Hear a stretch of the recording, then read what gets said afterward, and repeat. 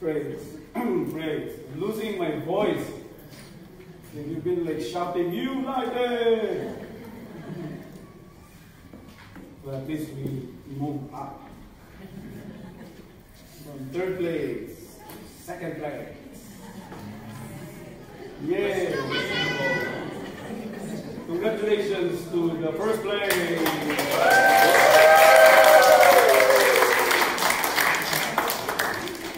I think they took a lot of points on the Bible quiz.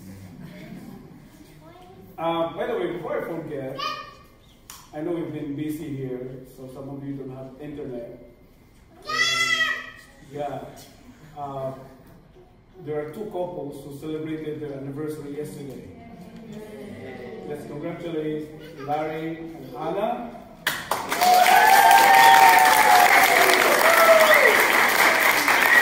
And Joseph and Mira.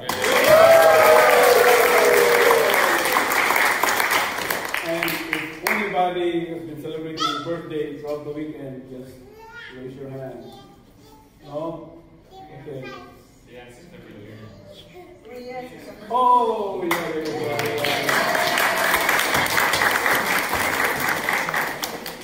So, we are in the last of this series, and we are, before I forget, I will take a picture of you guys. I'm not going to post it in my Facebook account, but AC would love to do that. Happy 7th anniversary, AC. Okay, 1, 2, 3, smile. There you go. Okay, so we are in the last of our series, as I said.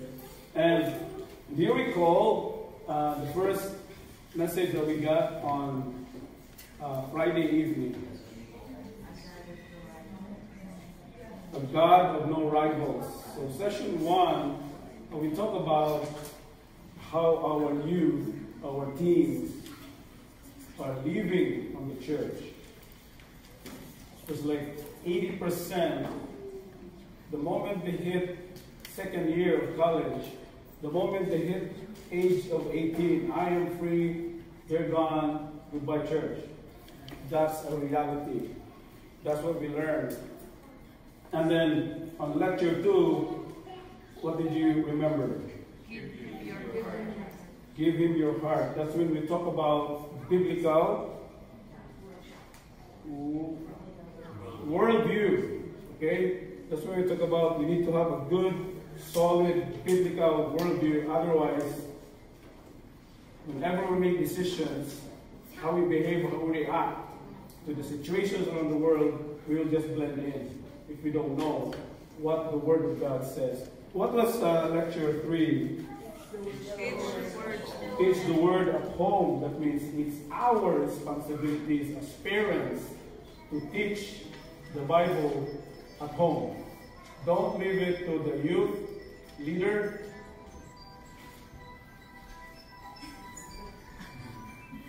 My delivery is Amazon. Don't leave it to the young adult leaders. Don't leave it to the Sunday school teachers. Don't leave it to the pastors. It's our responsibility, to teach our children. Okay? How many hours are our kids at church? How many hours that they are with us? Not even 5% of the time. And last night we talked about what? Mark our homes of God's territory. Worship at home. Place some words of the Bible in your houses. In this last session, we read the verses. The text is Deuteronomy 6. And this is Moses standing in front of the promised land. And he's about to tell this Israelite nation, now you are going to go into the promised land. This will be our final instructions. You have to picture that. He's sitting, standing on this mountain, and the promised land is in front of him. And you know that he cannot go into the promised land. God told him you cannot go in, you can only see the promised land. And this is when he said, okay, this is our final goodbye, but this is God's instructions for you. That's what we read. Now it's interesting because when he told them about be careful with what are you going to do when you go there into the promised land, make sure that you don't get assimilated into the idolatry and the paganism in those countries, in that nation. Remember that the Lord is your God. You only have one God. Hear, O Israel, the Lord our God is one God. Because the moment you go into that promised land, there's going to be lots of gods that is going to compete with Yahweh. But he did not end there. This is our message from this book that I took. Enjoy the gifts without forgetting the giver. Enjoy the gifts without forgetting the giver. The great author John Bunyan said, many Christians, can you read with me please? 1, 2, 3, go.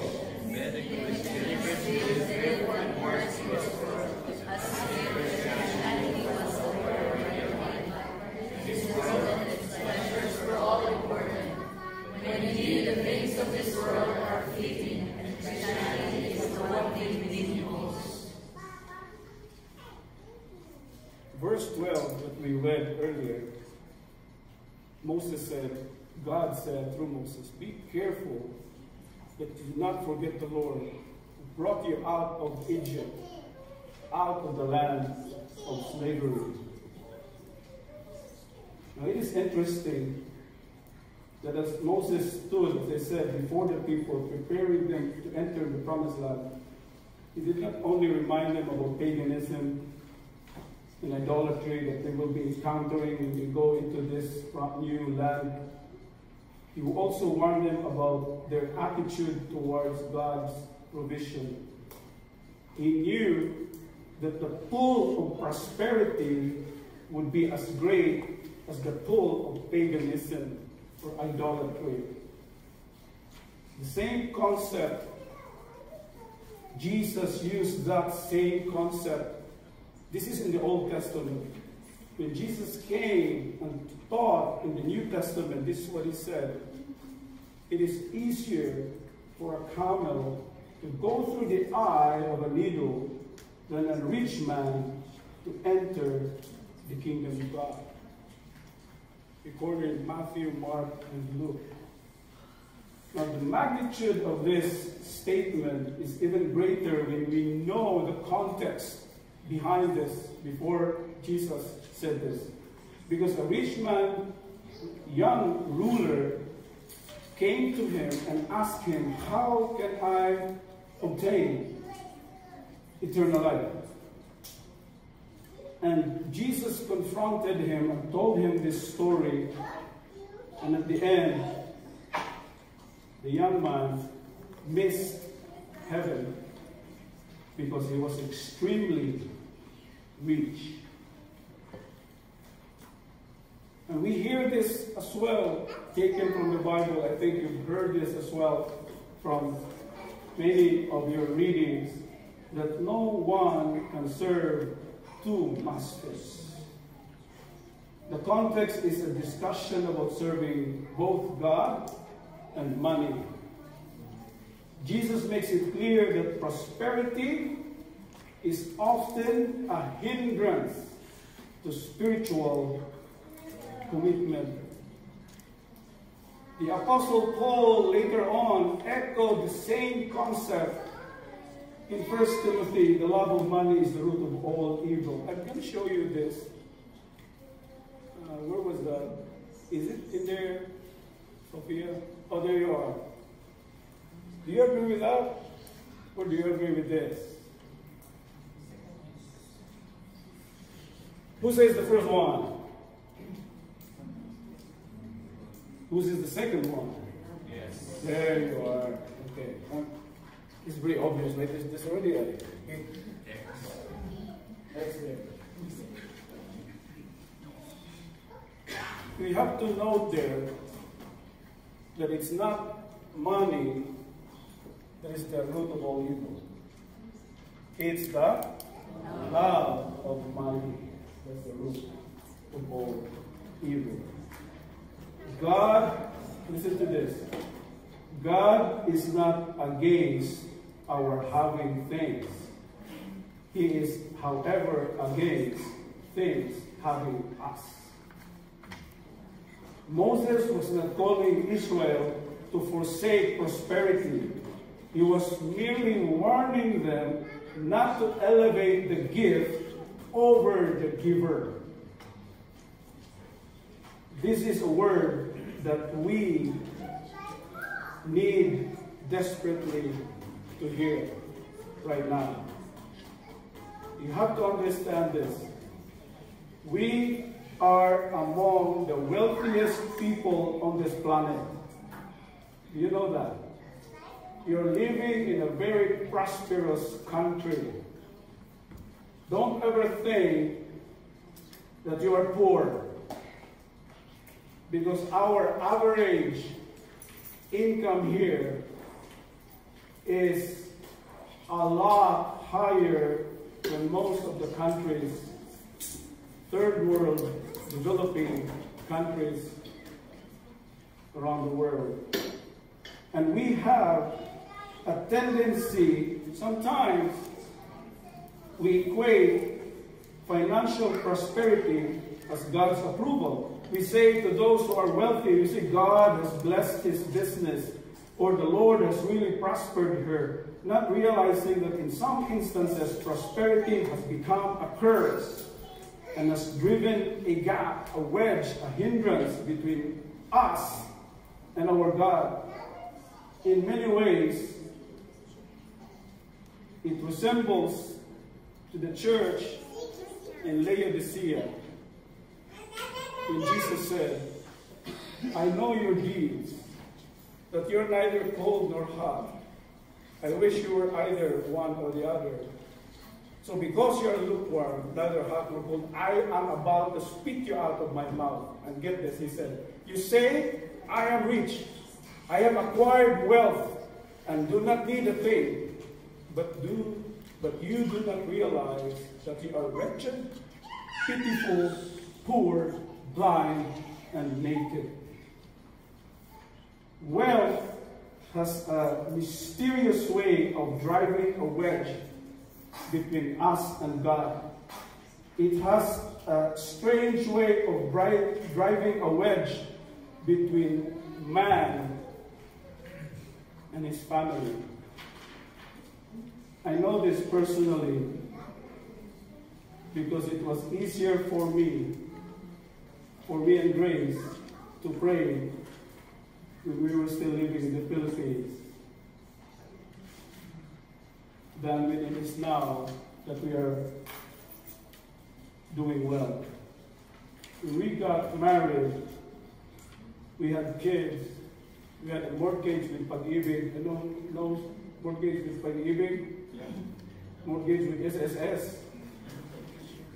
We restructured twice for our Pag-ibig because we cannot pay. I remember we have a refrigerator full of ice water. Look at your pantry now. It's like a sari-sari store. We got lots and lots of food supplied now. I remember when Grace used to buy just 3 pieces of chicken, and she has to shred it so that it will spread throughout the week, because we have to buy milk for Nikki and Rachel. Ito siya ito mga ito, gain. You know how expensive gain is? Yeah, my tummy used to be like, I'm gain.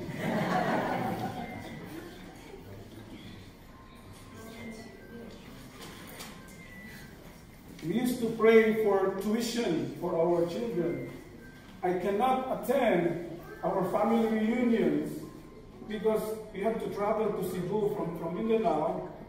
And Nikki said, you know what, Dad, I would rather just not go to the reunion so I can enroll to this better church, a better school. Because the school that, you know, our public school system in the Philippines, right? There's like 30 of you, 50 of you children. And Nikki said, and my seatmate, and he smells. So she would rather sacrifice her going to our family reunion because she wants to go to this better school.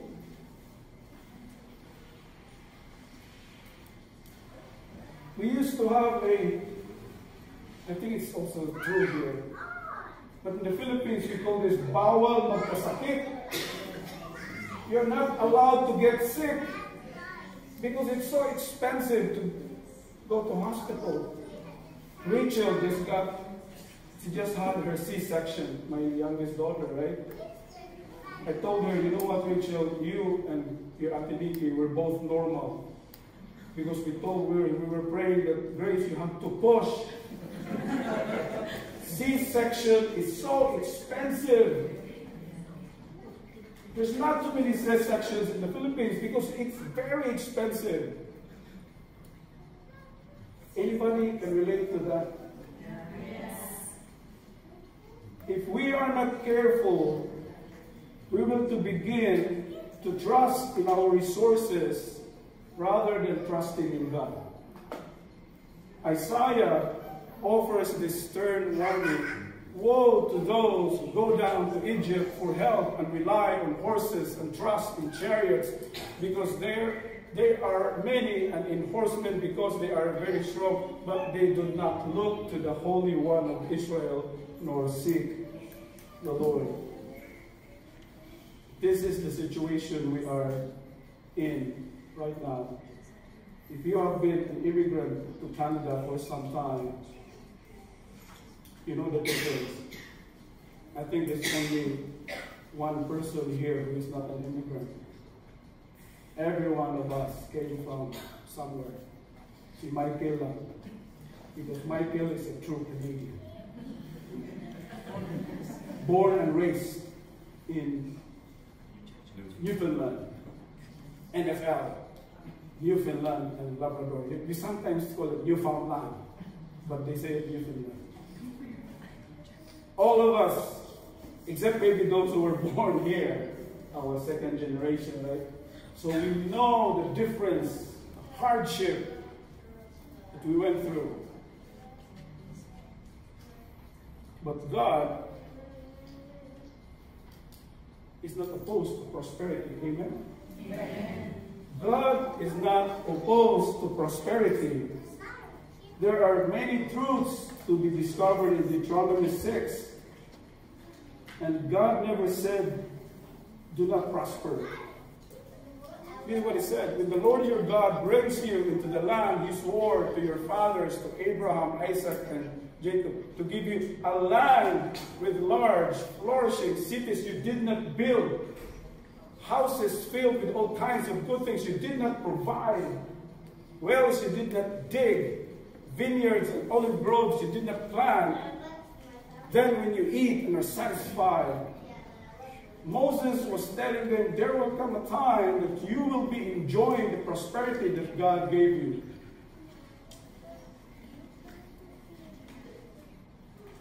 I remember I was listening to someone read this and he said, wells you did not dig, and vineyards and olive gardens. What? Olive gardens you did not plant. Olive groves you did not plant. Here we see God's intention to fulfill his promise to the patriarchs, Abraham, Isaac, and Jacob, by ushering his children into Israel into a prosperous land of Canaan. He uses these great phrases like great and splendid, large and flourishing cities, he makes reference to vineyards. Do you know what vineyards are in the Middle East? If you have vineyards, you are like prosperous. Olive trees, houses, and land. It is obvious that God is inviting Israel to live in prosperity, not poverty. And as a father, it is not a sin to provide nice things to my children, to my family. Nor is it a sin for me to work hard for provisions. In fact, Paul said in 1 Timothy, those who do not work, you are worse than an infidel. The issue here is balance. We need to find a happy balance. Because prosperity, we have an issue with idolatry.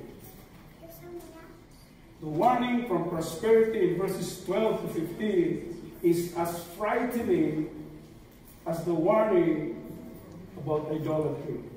Look at what he said. Be careful that you do not forget the Lord who brought you out of Egypt. I should change that. Who brought you out of the Philippines. Not maybe out of slavery, but out maybe of, not maybe poverty, but fear the Lord your God, serve him only, and take your oaths in his name. Do not follow other gods, the gods of the peoples around you. For the Lord your God, who is among you, is a jealous God, and his anger will burn against you, and he will destroy you from the face of the land. That's a very harsh, but very timely warning. Our pursuit of prosperity, we have to be careful, can turn into idolatry. If we are not careful, it is easy to keep our eyes too focused on the prize than the prize giver. Prosperity versus idolatry. Be a good steward of your gifts. God has gifted every believer. Each person has unique skills. We have unique abilities and aptitudes. Each of us must discover and utilize these gifts for the glory of God, for the benefit of mankind, and to support our families. Now imagine if Albert Einstein was a shoemaker. Do you know Albert Einstein? The hair thing. Imagine this guy is so smart. What if he decided, you know what, I just repair shoes.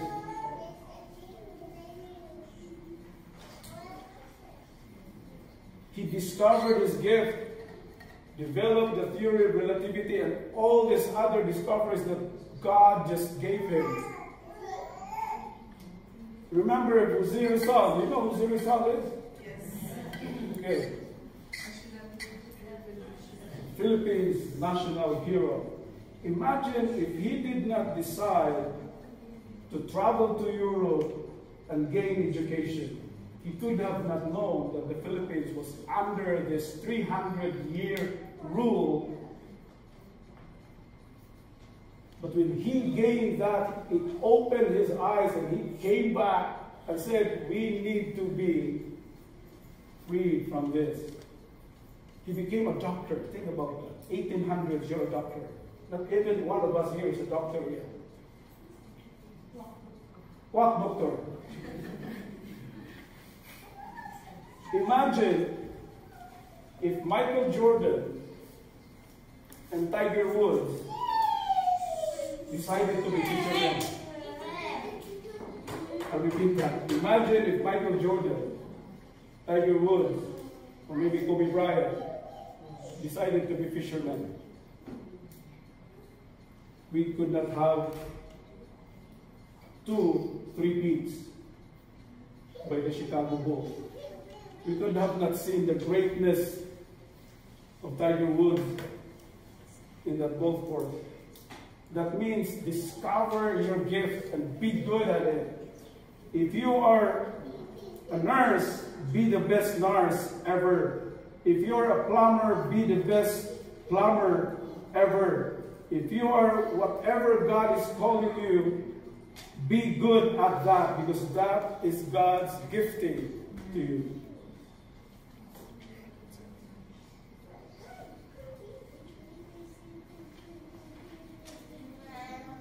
God prospers, or let God prosper us as God allows. There are two sides of prospering as God allows. The first one is affirmative, the second one is negative. In the affirmative, God intends us to prosper. We are to do the best we can with what we have. As I said, if you are a nurse, be the best nurse. Don't be lazy. Don't cheat your boss. Don't cheat yourself. Don't cheat your Lord. The negative aspect of this admonition is more complicated. Just as there is godly prosperity, there is also an ungodly prosperity. Our prosperity must be in accordance with the will, the nature, and the authority of God. I remember I have a young, when I was in the Philippines, I used to disciple this young adult. He can play the bass like really good. Like he was part of our worship team. And when he finished school, he asked me, Kuya, I have an offer for work. I said, yeah, that's good. What company is that? I'm going to be moving. Oh, yeah, that's fine. San Miguel. Beer. I said, what do you think? Like, you're a Christian. You're selling San Miguel beer. What do you think? It took him some time to really process this. What I'm saying here is we have to be careful with our choices as well. Not all prosperity is godly prosperity. Remember, San Miguel is one of the biggest companies in the Philippines. If you're employed with San Miguel, you're like, ooh, pretty nice. We must constantly ask ourselves tough questions. We must seek wise, guide, and godly counsel. In short, we must do everything within our power to see that we prosper as God allows. Amen to that. Now this is, the second one is this is why we are here. Prioritize your family. Prioritize your family. When I was still in the Philippines, I mean, of course, I kind of progressed in my career, got employed with a good company, with good benefits. But there was some time in 1998, during the time of President Ramos, or after that, there was a big collapse in the South Asian economy because of Thailand. Do you know what Thailand's currency is? Thailand baht. When Thailand baht dropped, the whole of Southeast Asia economy dropped, including the Philippines. Our company was part of that. And now we were thinking, where are we going to get our food? I mean, the company that I used to work with was pretty good. But suddenly we were like under crisis. Instead of working 6 days a week, remember in the Philippines we work 6 days a week. Who has got to do that? We work until Saturday. Now here we only work until Friday. And still we complain. There there was a time when we used to six days a week, and the company said, you know what, you're going to work 4 days now. How many percent is that cut off from our paycheck? The first option that came to my mind is go abroad. This is the time to go abroad.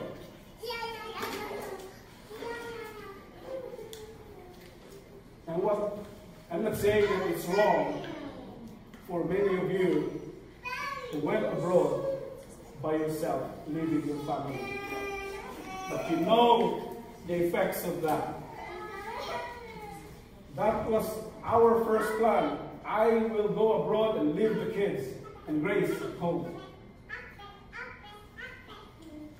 And that's what, like, we prayed, we thought about it. Is this really God's will? We stuck together and we said, you know what, let's stay together here. It's so enticing to go abroad and give a nice life to my family, but you're going to be like separate for hundreds of kilometers or miles, whatever you're. When we got here, God gave us an opportunity for the whole family to come here. You know, when you come here, hanapan ka ng Canadian experience. You apply, newcomer, what's your Canadian experience? I'm just off from the boat or from the plane. It's so difficult to find work. If you're an immigrant, as a language immigrant, if you have a work already, some of you came here because you already have a job, that's perfect, right? For us, none. And there was one time I was offered for work in Toronto. That means I have to move to Toronto and live them here. It's a better pay. They actually flew me to Toronto for an interview. There was an opportunity for me to work in Missouri, in the US. They flew me to Missouri for an interview. But I have to leave my family in Edmonton. On my flight from Edmonton to Toronto for that interview, before I flew, Rachel made a letter. And she said, read this, Dad, when you are in the plane. I thought it was like, oh, this is exciting, it's good. When I read it, it was so sad. If you want to move, just move yourself. We're going to stay in Edmonton. I was going for an interview with that letter. Prioritize your family. Make decisions, fathers and mothers. Prioritize your family. This next section is about wives and mothers. Being a wife and a mother is an honorable calling. I remember when we got our first child, Nikki, and I mean, we can afford help in the Philippines. Like many of us have helpers. I hate to call them helpers. I just call them, what do we call them? Kasambahay. Ito yung inside, ba yan? Katulong, or, yeah, help, or something like that. We can afford it. At least, we're not that very, very poor. But when we got our first child, I was working, Grace was working, and then we had to make a decision. Are we going to both work and leave Nikki to somebody we do not know? How many months do you have for your maternity leave? 1 year. In the Philippines? 1 month. So maganda yung company mo, 2 months. So you're leaving this 2-month-old to somebody you do not know. You know what I mean? So what we decided was, let's cut our paycheck. Grace quit her job, stayed with the family. Until Nikki was grown up, Rachel was born, Rachel has grown up. It's a sacrifice with respect to your income. But that sacrifice was spent on our kids. When the kids were they were grown ups, when we came here to Canada, they were like grade 10 and grade 8. We said, you know what, Grace? Grade 3 and grade 5. Grade 3, no, 10 years old and 8 years old, grade 3 and grade 5. I said, I think you have to go back to work now. At least the kids are bigger. They are now, they can manage themselves. But get this. In 2017, just like how many years ago?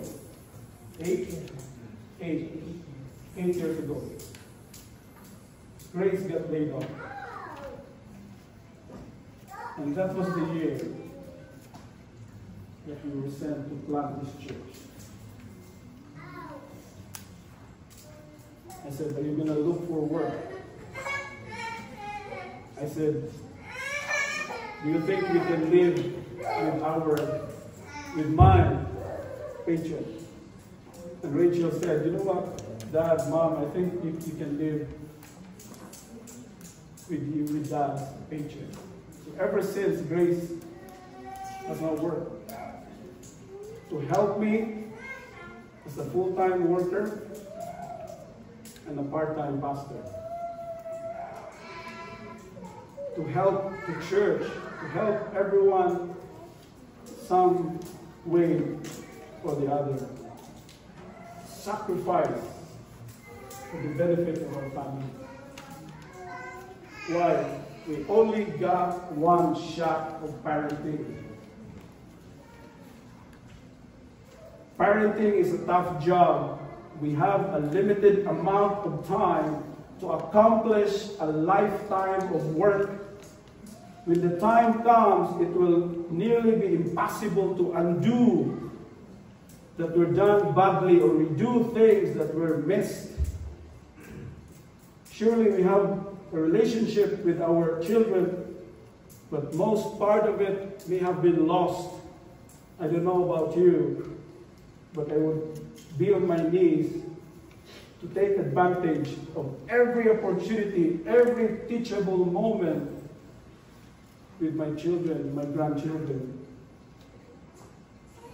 Grace and I want to have the greatest possible impact to them. I'm not bragging myself and Grace. I'm just telling you about our experience. You can't have it all, and you don't need it all. I know working moms, we have working moms in our church, in our culture, and it's hard because we have to pay the bills. We have to buy supplies, food, rent, mortgage, clothing. But there is this idea in this culture that we are in that women are told that you can have it all. We have been told that women or mothers, you should have it all. But we haven't been told of the high price that day when our children paid it all. Our absence. On Mother's Day, 2004, there was a story in the news.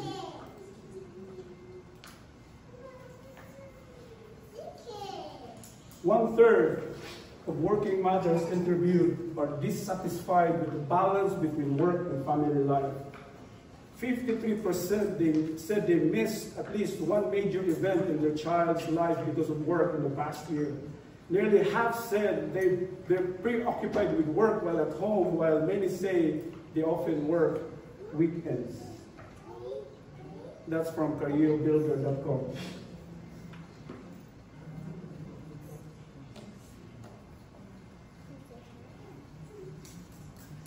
We're not saying that mothers, you should not work. No, that's not the point here. It's not a sin to work. Because the book of Proverbs said this. Can you, mothers, wives, can you read this? 1, 2, 3, go. She is like the merchant ships, bringing a river from afar. She gets up while it is still night. She provides food for her family and rejoices for her female servants. She considers a field and buys it. Out of her earnings she plants a vineyard.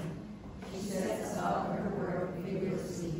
Her arms are strong for her task. She sees that her trade is profitable, and her lamp does not overflow. Proverbs 31:14. The Lord didn't say that mothers should not work. This is a classic example of a woman who works for her family. Am I? They lost.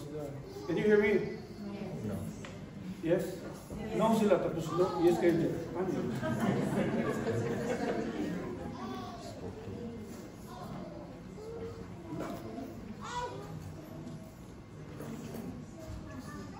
Hello? Check! Hey! Hey! It's just that I'm losing my voice here. The ultimate question, however, is, now you have to listen to this, okay? Not just mothers.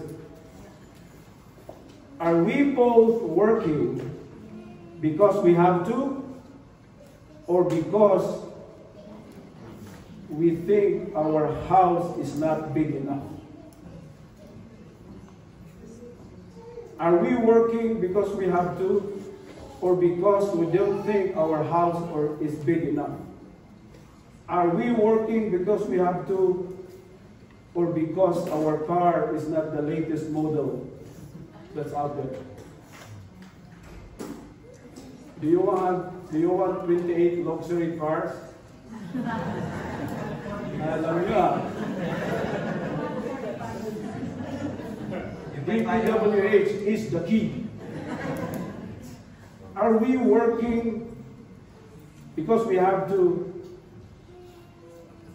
or are we working because our bank accounts are not big enough? If it is the latter, we have crossed the line. That is when our children have been sacrificed on the altar of prosperity. That is when Moses' warning echoes through the halls of history. Watch yourself and do not forget the Lord who brought you out of the land of Egypt, out of the house of slavery. That's a question that we have to answer, fathers and mothers. A life invested is never wasted. Don't let the world rob you of the incredible joy of life invested in your children. They are your mark in the world. They are your legacy, your testimony, and your contribution to mankind. Don't let some others steal your influence.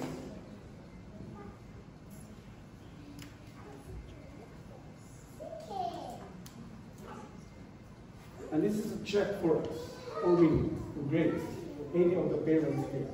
What really is our priority?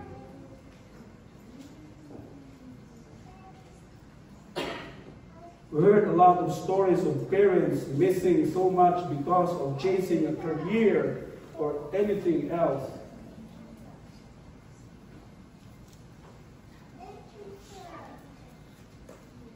So I'd like you to go to your families now.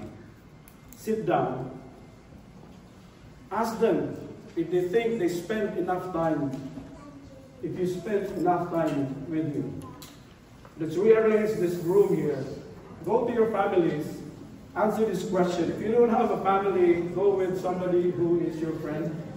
Or if you're a young adult, group with someone who is a young adult as well. This is something that is just a check for us.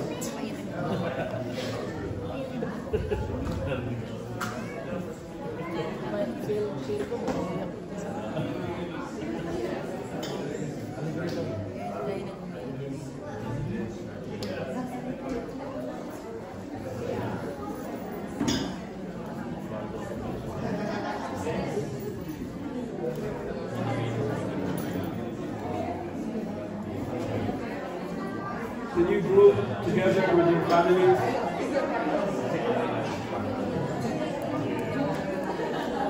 Ask them if they think you spend enough time with them. And just let them talk.